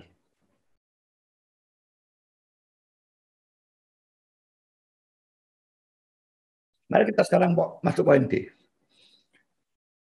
Murid-murid percaya kepadanya. Tadi kita pelajari bagian ini ya. Sebelumnya. Orang yang ini. Dan murid-muridnya percaya kepadanya. Ini kan sudah dikatakan kalau tanda mesti ditanggapi dengan beriman dan taat. Di sini dikatakan murid-muridnya percaya kepadanya. Ini menunjukkan bahwa murid-murid itu menanggapi tanda itu dengan cara yang benar. Tapi saudara, ada contoh tanggapan yang salah. Ini banyak. Ya. Saya berikan beberapa contoh ya. Tadi saya sudah pernah tunjukkan kebangkitan Lazarus. Misalnya, mereka lalu mau bunuh Lazarusnya, bunuh Yesusnya juga. Itu sudah tanggapan yang salah. Mereka tidak beriman, tidak taat. Malah mau bunuh. Tapi di sini juga ada yang lain, saudara. Pertama, Kisah 14, 8-13. Dilihat seorang yang duduk saja karena lemah kakinya dan lumpuh sejak ia dilahirkan dan belum pernah dapat berjalan. Ia duduk mendengarkan ketika Paulus berbicara. Dan Paulus menatap dia dan melihat bahwa ia beriman dan dapat disembuhkan. Lalu kata Paulus dengan suara nyaring, berdiri tegak di atas kakimu. Dan orang itu melonjak berdiri lalu berjalan kian kemari. Ketika orang banyak melihat apa yang telah diperbuat Paulus, harus melakukan mujizat ya. Tapi responsnya apa? Ketika orang banyak melihat apa yang telah diperbuat Paulus, mereka berseru dalam bahasa Likaonia. Dewa-dewa telah turun ke tengah-tengah kita dalam rupa manusia. Mereka anggap Paulusnya sebagai dewa. Barnabas juga. Barnabas mereka sebut Zeus. Dan Paulus mereka sebut Hermes karena dia yang berbicara. Maka datanglah imam dewa Zeus yang kuilnya terletak di luar kota. Membawa lembu-lembu jantan dan karangan-karangan bunga ke pintu gerbang kota untuk mempersembahkan korban bersama-sama orang banyak kepada rasul-rasul itu. Ini tanggapannya salah. Memang yang melakukan mujizat bukan Yesus. Seandainya yang melakukan mujizat Yesus, lalu mereka sujud nyembah dia, lah itu bagus. Tapi yang melakukan di sini adalah hamba Tuhan, Paulus dan Barnabas. Lalu mereka yang dianggap sebagai dewa dan orang menyembah mereka lalu mau memberikan korban bakaran mereka dan sebagainya. Memang Paulus dan Barnabas adalah nabi asli, rasul asli, dan mereka menolak mati-matian hal itu. Kalau saya baca lanjutan dari teks ini, saudara akan melihat hal itu. Kan saya lanjutkan, saudara. Hal yang lain di mana terjadi tanggapan yang salah. Dalam Kisah Rasul 28 ayat 3 dengan ayat 6. Ketika Paulus memungut seberkas ranting-ranting dan meletakkannya di atas api. Keluar seekor ular beludak karena panasnya api itu, lalu menggigit tangannya. Ketika orang-orang itu melihat ular itu terpaut pada tangan Paulus, mereka berkata seorang pada yang lain. Orang ini sudah pasti seorang pembunuh sebab. Meskipun ia telah luput dari laut, ya Paulus kena badai, selamat, ya ia tidak dibiarkan hidup oleh Dewi Keadilan. Tapi Paulus mengibaskan ular ke dalam api dan ia sama sekali tidak menderita sesuatu. Dan ini mujizat ya. Namun mereka menyangka bahwa ia akan bengkak atau akan mati rebas sekitar itu juga. Karena bisa ular itu memang kan diibaskan ya, bisanya belum jalan. Tapi sebetulnya kalau ular berbisa, langsung rasa sakit itu langsung mestinya ada. Tapi dikatakan ayat 5b tidak menderita sesuatu, cuma orang-orang itu tetap menyangka dia sebentar lagi akan bengkak dan akan mati rebah sebentar lagi. Tapi sesudah lama menanti-nanti mereka melihat bahwa tidak ada apa-apa yang terjadi padanya. Maka ini respons mereka. Sebaliknya mereka berpendapat bahwa ia seorang dewa. Sama dengan dalam Kisah Rasul 14 tadi ini, dianggap sebagai dewa. Jadi ini laki-laki respons yang salah, saudara ya. Nah, saudara, respons yang lain, reliks dari tempayan-tempayan itu. Sudah saya katakan bahwa gereja Katolik banyak reliks. Nah, Yesus pada waktu lakukan tanda atau mujizat itu, dia menggunakan apa yang ada. Tempayan-tempayan ada 6. Disuruh penuhi air, lalu dia ubahkan itu menjadi anggur. Seharusnya mata orang bukan diarahkan kepada tanda itu, tetapi diarahkan kepada pemberi tanda atau pembuat tanda. Tapi orang Katolik membuat relik dari tempayan-tempayan itu. Berarti mata mereka diarahkan kepada tanda itu atau kepada pembuat tanda. Sudah jelas kepada tanda itu. Tempayannya. Kenapa kok enggak anggurnya sekalian ya? Habis anggurnya barangkali dalam pemikiran mereka. Kalau tempayan dia nggak bisa habis. Nggak mungkin anggurnya habis. Dan kalau kita lihat dia buat anggur banyak sekali. Bisa 180 gallon. Nggak mungkin bisa menghabiskan.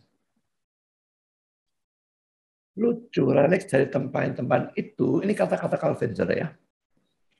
Beberapa bajingan atau orang-orang yang tidak berharga, yang berhubungan dengan Paus untuk gereja Roma Katolik, telah menunjukkan suatu tingkat kejahatan yang mengherankan. Pada waktu mereka mempunyai keberanian yang tidak tahu malu, untuk mengatakan bahwa mereka mempunyai di antara reliks mereka, tempayan-tempayan dengan mana Kristus melakukan mujizat ini di Kana. Dan memamerkan beberapa dari mereka. Yang pertama, dari ukuran yang kecil. Dan selanjutnya, yang tidak sama dalam ukurannya. Dan pada saat ini, pada waktu terang dari Injil bersinar dengan begitu jelas di sekitar kita, mereka tidak malu untuk mempraktekkan trik-trik itu.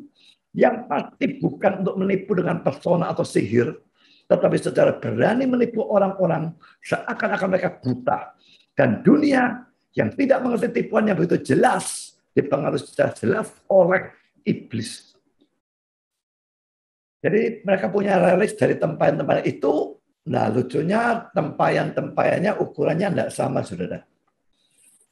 Hanya saya kira ya, tidak masuk akal dalam suatu pesta pernikahan, mereka sengaja beli tempayan-tempayan yang berbeda-beda ukuran. Itu tidak masuk akal sebetulnya.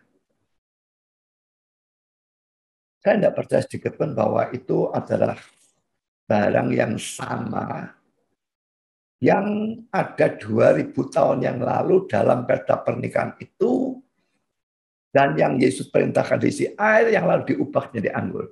Saya tidak percaya sama sekali bahwa itu adalah tempayan yang sama. Mereka bisa saja ambil tempayan manapun lalu katakan ini reliks, ini tempayan itu. Jadi Calvin mengatakan mereka ini secara tidak tahu malu, mendustai, tidak karu-karuan. Reliks ini, saya tidak tahu kata bahasa Indonesianya itu ada dalam kalangan Katolik, relikwi atau apa, saya tidak tahu.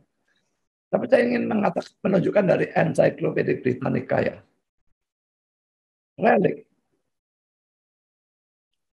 Dalam agama, secara ketat, mayat atau bagian-bagian dari mayat, dari seorang santa atau santo, saintnya, orang kudus ya.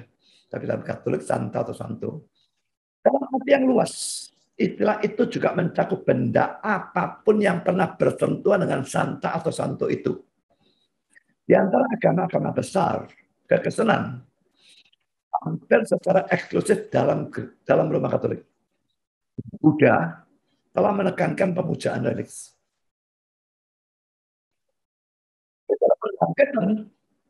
Hanya dalam Roma Katolik. Itu banyak ortodoks dan pakainya juga tidak ada.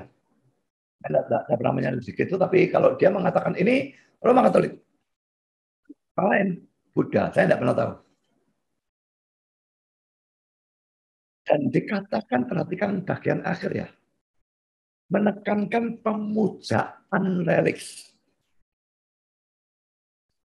Seandainya cuma jadi semacam museum ya. Museum itu kan juga menyimpan barang-barang kuno ya. Tidak masalah, saudara. Kalau cuma museum menyimpan mobil yang kuno atau HP yang kuno, HP yang pertama masukkan museum. Atau TV yang kuno, masukkan museum. Radio yang paling kuno, masukkan museum. Tidak masalah. Supaya mengingat dulu tuh gini, sekarang maju bagaimana. Dan reliks ini, karena pemujaan reliks. Relax itu dipuja. Jadi saudara, saya katakan kalau tanda, seharusnya maka orang itu dialihkan dari tanda itu kepada pembuat tanda. Tapi mereka punya relax, itu dipuja, maka mereka diarahkan kepada relaxnya, bukan kepada pelaku dari mujizat atau tanda. Kalau kita persetan dengan tempayannya, mau hancur kayak mau apa kayak persetan dengan potongan kayu salib. Saya tidak percaya juga kalau itu potongan kayu salib. Saya kapal. Walaupun kayu salib asli ditemukan, persetan gunanya apa? Mau masukkan museum tidak apa-apa, tidak dipuja. Tapi kalau dipuja, ini penyembah berhala, saudara. Kan saudara, J.C. Ryle mengatakan, murid-muridnya percaya kepadanya. Ini tentu tidak bisa berarti bahwa Andreas dan Yohanes dan Petrus dan Filipus dan Nathanael Yesus pertama kalinya. Tidak. Yang memungkinkan adalah bahwa sejak saat ini dan seterusnya mereka percaya dengan lebih yakin, lebih tanpa keraguan. Sejak saat ini mereka merasa yakin secara mutlak, sekalipun ada banyak ketidaktahuan yang tersisa, bahwa ia yang mereka sedang ikuti adalah Sang Mesias. Dan juga hal-hal tentang Mesias menjadi Raja Dunia, itu sampai belakangan sekali gak habis-habis, saudara. Karena itu mereka bingung kok Mesiasnya mati. Tapi pokoknya di sini tanda itu membuat mereka percaya. Bukan berarti saat itu sudah baru pertama kali mereka percaya. Dalam Yohanes 1 itu bagian akhir mereka sudah percaya sebetulnya. Tapi ini dikatakan percaya lagi, menunjukkan bahwa percaya imannya bertumbuh. Mereka lebih yakin, lebih tidak lagi ragu-ragu. Ini benar. Mesias. Sekalipun kalau urusan pengetahuan, mereka butuh diajar terus oleh Yesus untuk tahu lebih banyak tentang Mesias itu. Memang ada ketidaktahuan yang tersisa. Kita percaya Yesus sebagai juru selamat. Sudah diselamatkan pun ada ketidaktahuan tentang sang juru selamat itu. Kita tidak langsung mengerti kristologi. Itu harus ditangani dengan belajar. Mau belajar kristologi? Saya bisa ikut kelas, akan mulai bulan September. Jadi saudara, ketidaktahuan jangan dibiarkan betulnya. Kita wajib menangani ketidaktahuan dengan belajar. Biarpun kita sudah percaya sudah selamat, tapi ketidaktahuan itu kalau dibiarkan, itu bisa mengacau baluakan kerohanian kita. Menghancur leburkan tidak bisa. Mengacaukan bisa. Kita membuat kita bingung karena tidak ngerti ayat-ayat atau tabrakan ayat dan sebagainya. Jangankan saudara yang cuma biasa dokter bisa bingung kok. Saya betul-betul tidak ngerti dokter bisa punya pengetahuan seperti itu, betul-betul tidak ngerti. Sekolah bagaimana dia? Dan belajar bagaimana? Tapi terus sesumbar belajar puluhan tahun dan sebagainya. Dan sesumbar tanpa bukti. Akan kehebatan dia. Padahal lucunya luar biasa. Pengetahuannya dan sebagainya. Ya, saudara, saya berikan ini warna hijau ini ada sesuatu yang saya ingin saudara itu waspadai ya. Mereka di sini dikatakan kan makin yakin. Ya, berarti mereka percaya Yesus. Tapi di sini dikatakan ada banyak ketidaktahuan yang tersisa. Bahwa yang mereka sedang ikuti adalah Sang Mesias. Ingat ya, ketidaktahuan tersisa itu kalau zaman sekarang ini ya, selama itu bukan berkenaan dengan hal-hal yang paling dasar dari Injil. Yesus itu Allah menjadi manusia, mati salib, memikul hukuman dosa kita, menjadi pengganti kita. Selamat karena iman saja. Selama tidak berkenan dengan hal itu, saudara memang bisa dikatakan sudah betul-betul beriman. Tapi kalau ketidaktahuan atau kesalahtahuan itu berkenaan dengan hal-hal dasar, iman saudara tidak bisa disebut iman. Jadi laki-laki sekarang mesti introspeksi. Saya kurang tahu atau salah tahu dalam urusan dasar Kristen atau dalam urusan pengertian yang lebih lanjut. Kalau dalam urusan predestinasi, limited atonement yang barusan diperdebatkan, dalam hal itu tidak tahu atau salah tahu, itu tidak membuat saudara masuk neraka. Tapi kalau kesalahtahuan itu ada dalam persoalan keselamatan karena iman saja, di mana saudara mengira selamat itu karena iman dan perbuatan atau iman dan baptisan, iman saudara itu bukan iman. Jadi hati-hati dalam kasus ini bahwa dikatakan mereka itu makin yakin. Tapi ada ketidaktahuan. Kalau ada ketidaktahuan tetap bisa dikatakan yakin. Ketidaktahuan tentang apa itu masih tetap dipersoalkan. Jangan sembarangan. Oke? Sekarang saya lanjutkan, saudara. Saya sirah lagi. Berbagai mereka yang seperti murid-murid. Percaya kepadanya. Oleh siapa mujizat itu ini dikerjakan. Jadi mereka tidak terpancang matanya kepada air yang jadi anggur atau tempayan. Tapi melihat kepada yang melakukan tanda dan percaya kepada dia. Ini tanggapan yang benar.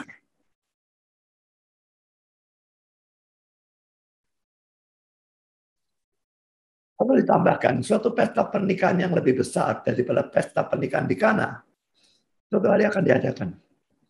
Pada waktu Kristus sendiri akan menjadi pengantin laki-laki. Dan orang-orang percaya akan menjadi pengantin wanita. Tidak peduli saudara itu laki, perempuan, atau banci. Kalau saudara percaya nanti saudara menjadi pengantin wanita. Yesusnya yang pengantin laki-laki. Kemuliaan yang lebih besar akan dinyatakan pada suatu hari. Pada waktu Yesus akan mengambil bagi dia sendiri kuasa dan pemerintahan yang besar. Diberkatilah mereka pada hari itu yang diundang pada perjamuan kawin anak domba Wahyu 19 ayat 9. Saya baca ayatnya. Lalu ia berkata padaku, tuliskanlah berbagai mereka yang diundang ke perjamuan kawin anak domba. Waktu itu ada perjamuan kawin. Nanti ada yang lebih besar. Nah, Yesus datang kedua kalinya. Dia mempelai laki-laki, kita yang percaya menjadi mempelai perempuan. Dan ada perjamuan yang lebih besar di surga. Berbahagialah mereka yang diundang ke perjamuan kawin anak domba. Kalau sudah percaya itu sungguh-sungguh, pasti termasuk yang diundang ke perjamuan kawin itu. Kalau saudara mempelai perempuannya, bagaimana bisa tidak diundang?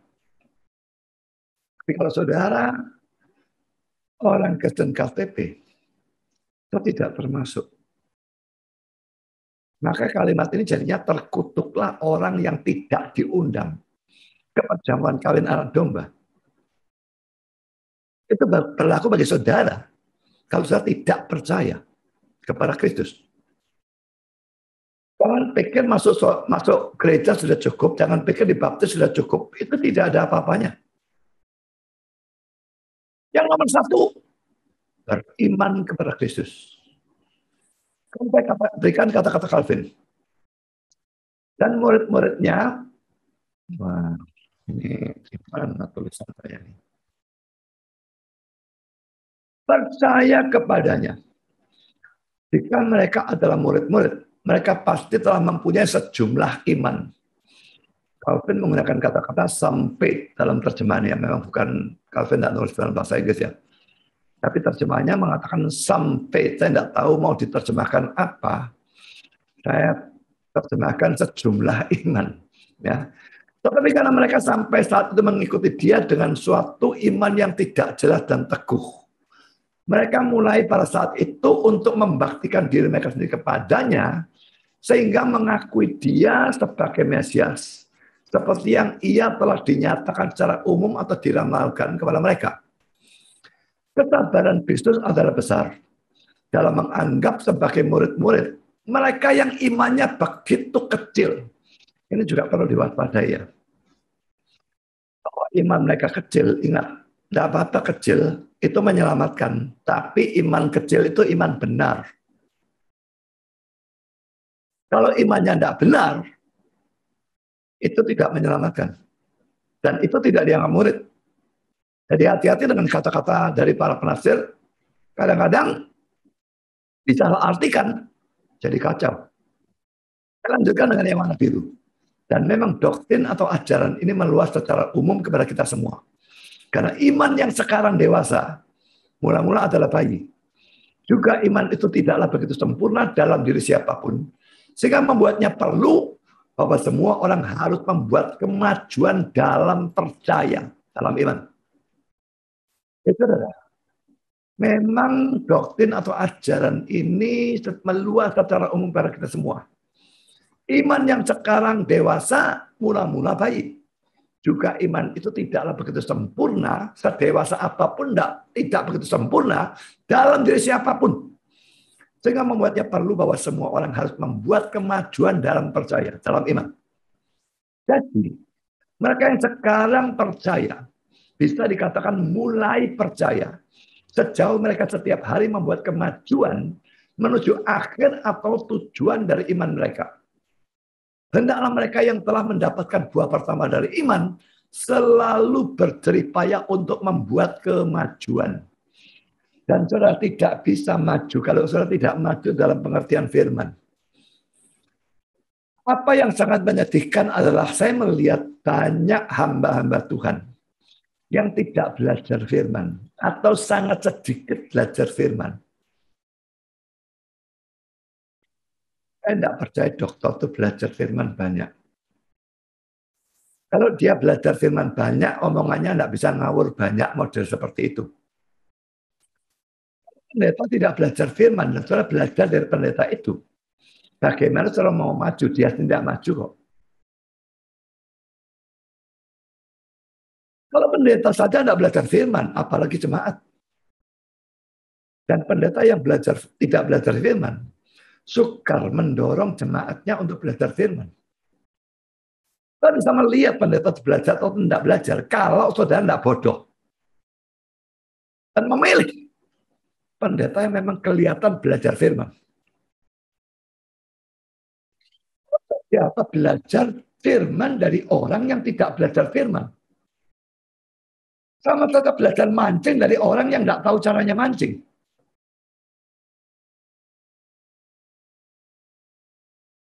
Saya lanjutkan, saudara. Kata-kata ini juga menunjukkan manfaat dari mujizat-mujizat. Yaitu bahwa mereka harus dipandang sebagai dimaksudkan untuk peneguhan dan kemajuan dari iman. Siapapun memontir mereka pada tujuan lain apapun, menghancurkan atau merusak, dan merendahkan seluruh kegunaan mereka. Seperti kami lihat dari bahwa para pengikut Paus, orang Katolik maksudnya, membanggakan mujizat-mujizat palsu mereka dengan tujuan tidak lain daripada mengubur iman dan menyimpangkan pikiran-pikiran manusia dari Kristus kepada makhluk-makhluk ciptaan. Dari Kristus kepada Maria, dari Kristus kepada Felix, dari Kristus kepada Santa atau Santo.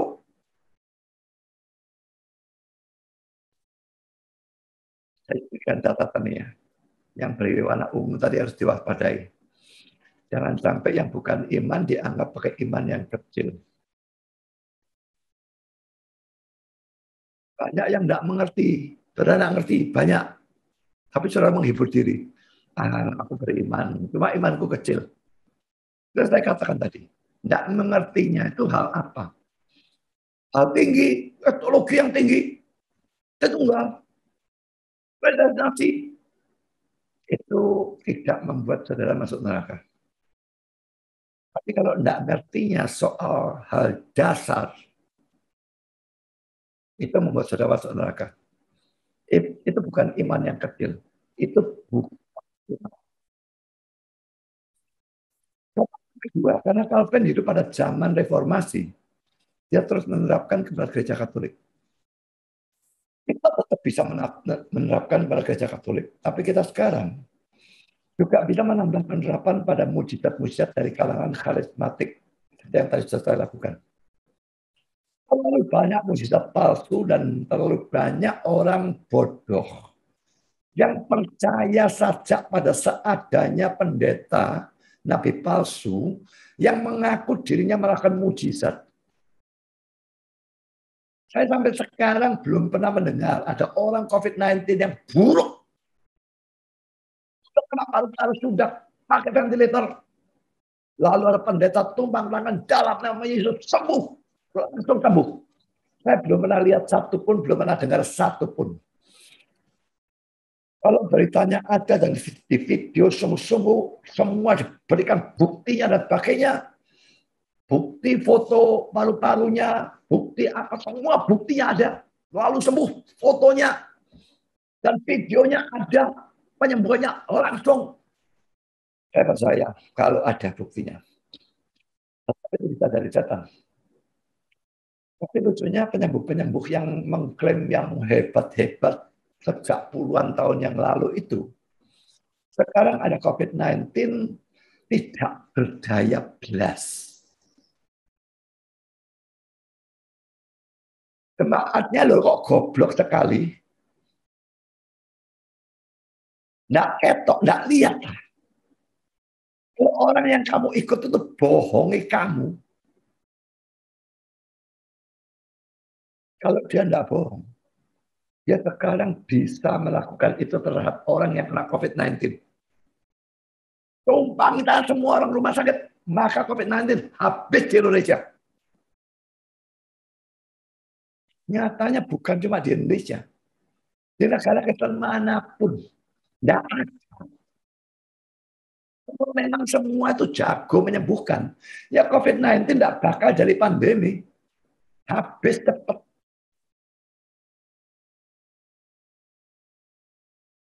Nomor 13.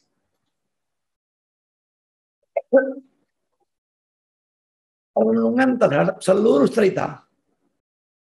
Seluruh Yohanes 2 sampai 11 ini semua dibuat kabur. Hanya Yesus yang ditonjolkan. Ini kebalikan sama yang tadi ya. Tadi tempayannya ditonjolkan, Santa Santo ditonjolkan, Relik ditonjolkan, Maria ditonjolkan, Yesusnya dikaburkan. Yang benar adalah cara Rasul Yohanes menuliskan cerita ini. Semuanya dibuat kabur. Dalam arti apa? Coba lihat nanti. Hanya Yesusnya ditonjolkan. Mari kita lihat kata-kata William Hendrickson. Kebenaran ini menerima suatu pencerahan atau penjelasan yang menyolok secara khusus dalam cerita ini. Kalau mengatakan sesuatu yang lain, tetap ada di latar belakang. Nah, dia tunjukkan. Siapa pengantin laki-laki? Kita tidak tahu. Tapi dia tidak kasih tahu. Siapa pengantin perempuan? Kita tidak diberitahu. Dalam hubungan apa persisnya Maria berada dengan pasangan yang menikah itu? Apakah yang mungkin adalah bibi dari pengantin perempuan atau laki-laki? Diam atau laki-laki tidak ada jawaban. Lalu, apakah Nathanael berfungsi atau melayani sebagai pengiring, pembantu dalam sahabat dari pengantin laki-laki? Juga tentang hal khusus ini, rasa ingin tahu kita tidak menerima pemuasan apapun. Dalam terang yang penuh dari siang hari, berdiri Kristus. Semua sisanya adalah bayangan. Maria memang ada nama, disebutkan namanya, tapi tidak ada hubungan apapun dengan tanda itu. Bahkan dia ditegur, dimarahi oleh Kristus, sudah kita bahas pada kali yang lalu. Jelas dia bukan ditonjolkan. Satu-satunya yang ditonjolkan Kristus. Lalu William Hendrickson mengatakan, apa yang orang melakukan untuk seni? Yohanes di bawah bimbingan roh, lakukan untuk agama. Saya bukan orang yang senang seni lukis, saudara. Tapi dari kata-kata apa yang Rembrandt lakukan untuk seni, rupa-rupanya Rembrandt ini pernah buat lukisan di mana semuanya itu kabur, hanya Kristusnya yang menonjol kelihatan dengan jelas. Yang lain kabur. Saya waktu itu coba googling dan cari lukisan Rembrandt. Tapi di Google saya kok enggak melihat hal itu ya. Lukisan-lukisannya banyak. Tapi saya enggak melihat ada lukisan yang Kristusnya nyolok jelas, yang lainnya kabur atau agak enggak jelas. Enggak melihat saya. Apakah karena saya ngerti seni, saya enggak tahu. Pokoknya William Hendrickson mengatakan ini. Rembrandt lakukan untuk seni. Dalam melukis itu, Kristusnya ditonjolkan secara jelas, yang lain tidak jelas. Dan dalam hal seni Rembrandt lakukan itu, Yohanes di bawah bimbingan Roh lakukan hal yang sama pada waktu dia menceritakan Yohanes pasal 2, 1-11. Semua kabur, semua diletak belakang, Kristusnya ditonjolkan dalam seluruh kehidupan, pelayanan, dan pemberitaan firman yang kita lakukan. Ini harus direnungkan dan dipraktekkan. Saudara, jangan tonjolkan siapapun. Jemaat seringkali menonjolkan pendeta. Pendeta yang top, pendeta yang pinter, dan sebagainya. Ditonjol-tonjolkan, dipuji-puji setinggi langit. Dalam debat kemarin, saya tahu, saya jelas menang mutlak, saya tahu. Tapi pujian terlalu banyak diberikan kepada saya. Jangan tonjolkan saya, saudara. Saya cuma hamba Tuhan. Saya cuma jongos. Biarlah saya pun ada di latar belakang. Dan saya juga berbicara tentang hamba Tuhan yang lain. Apakah itu Stephen Tong? Apakah itu Isra? Apa itu saya? Saya tidak butuh siapapun. Sebutkan saya sukanya hamba Tuhan yang mana. Bahkan termasuk nabi-nabi dan rasul juga Paulus. Pendeta top siapapun, nabi, rasul, ialah semuanya di latar belakang.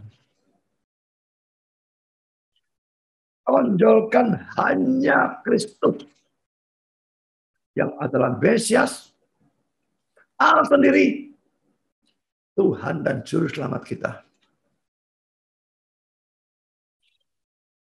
Bahayanya, saudara, menonjolkan pendeta atau orang siapapun juga. Lalu muncul kesombongan, orangnya jadi kepala besar. Dan Tuhan tidak senang. Dia mau apapun yang terjadi, dia yang dimuliakan, bukan orang yang dimuliakan. Pada saat saudara memuliakan hamba Tuhannya, Tuhan bisa merendahkan hamba Tuhan itu. Apalagi kalau hamba Tuhan itu jatuh dalam dosa kesombongan, maka dia akan hancurkan hamba Tuhan itu. Malah saudara rugi kehilangan hamba Tuhan. Tonjolkan Kristusnya selalu. Bukan pendeta, bukan siapapun. Hanya Kristus. Dalam kehidupan saudara. Dalam pelayanan. Dalam pemberitaan firman. Renungkan ini. Praktekkan. Tonjolkan hanya Kristus. Tuhan memberkati saudara. Amin.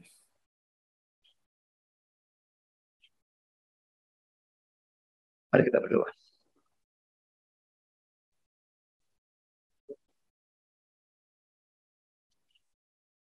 Surga, terima kasih bahwa bisa boleh belajar lagi dan bahkan menyelesaikan eksposisi dari Yohanes 2, 1-11.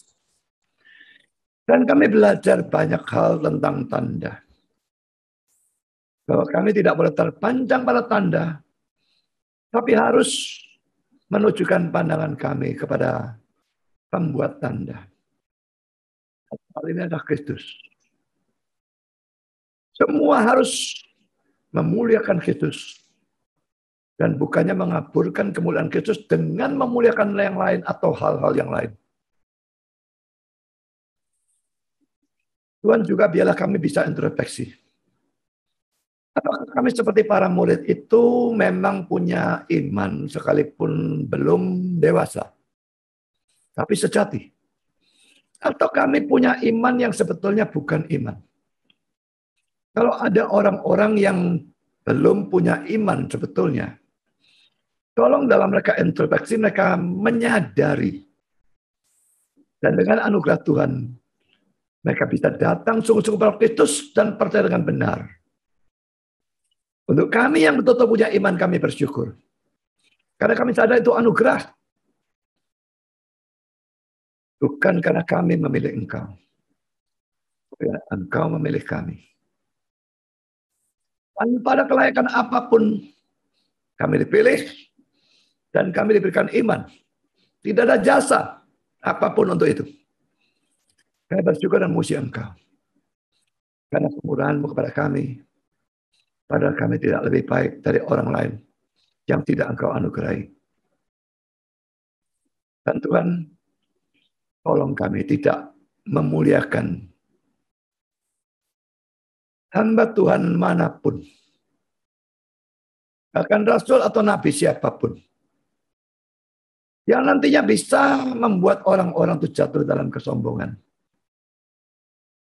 Dan membuat saudara Tuhan tidak memakai orang itu lagi. Bila kami sadar, hamba Tuhan semua tetap adalah orang-orang yang lemah. Bisa sombong. Dan dalam faktanya banyak yang sombong. Lebih-lebih kalau menerima pujian yang terlalu banyak. Ialah kami selalu menunjukkan kemuliaan kepada Kristus. Meletakkan semua di latar belakang. Hidup kami, pelayanan kami, pemberitaan firman yang kami lakukan, ialah selalu seperti itu. Meninggikan Kristus. Membawa orang pada Kristus. Dan meletakkan semua alat-alatnya hanya di latar belakang.